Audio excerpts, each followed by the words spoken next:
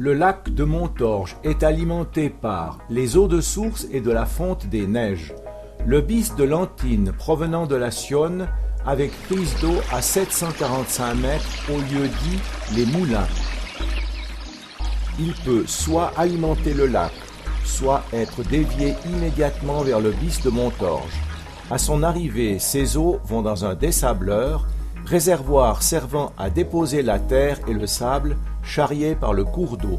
Ceci doit entre autres diminuer le risque de combler le lac avec ses déchets. Une station de pompage à l'extrémité sud-ouest du lac remplace le bis siphon depuis 1992. Le pompage se fait depuis le bord sud du lac et sert à l'arrosage par aspersion des vignes supérieures du coteau sud de la colline. Il y a aussi à l'extrémité ouest du lac un fossé alimentant 4 à 5 traverses. C'est un réseau très secondaire. Le lac de Montorge fonctionne comme réservoir d'irrigation pour les vignobles de Montorge, Corbassière et Châteauneuf. Il sert aussi de tampon en cas de forte pluie. L'alimentation de la cascade est de ce fait régulièrement interrompue pour éviter des débordements et des dégâts en aval du lac. Au printemps, le débit de cette cascade est maintenu au minimum pour éviter de refroidir le lac et compromettre ainsi le développement de la faune. L'eau arrive alors dans une zone tampon qui favorise son réchauffement.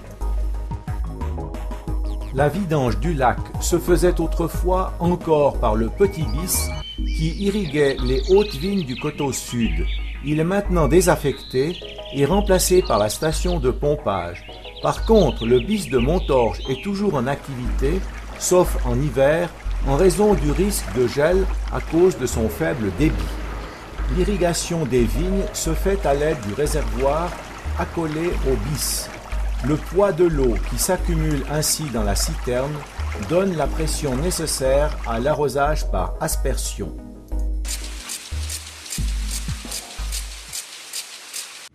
Il y a eu plusieurs études qui se sont faites sur le lac de Montorge. Elles ont été historiquement suivies, mais elles ont surtout démarré dans les années 90, où là, personnellement, j'ai travaillé sur le plancton et la composition de ce plancton dans le lac. À la suite, on a eu donc des premiers résultats et comme on avait encore des problèmes récurrents sur le lac, notamment cette mortalité piscicole dans les années l'hiver 2004-2005, il y a eu une prolongation de ces études et des études beaucoup plus récentes permettent de faire le bilan sur la qualité des eaux du lac, les actions à mettre en place pour que cette qualité soit la meilleure possible et garantie sur le long terme. Ici, 5 photos de phytoplancton, soit des algues unicellulaires, aimablement prêtées par M. Straub François. Elles sont un excellent indicateur de la qualité de l'eau. Actuellement, les poissons que l'on retrouve dans ce lac défilent sous vos yeux. Manquent des photos du Gardon. Ces documents ont été aimablement prêtés par M. Michel Lonfa, plongeur et spécialiste des photos sous-marines. La truite arc-en-ciel n'existe plus dans ces eaux, mal adaptées à son mode de vie et où elle ne se reproduit pas.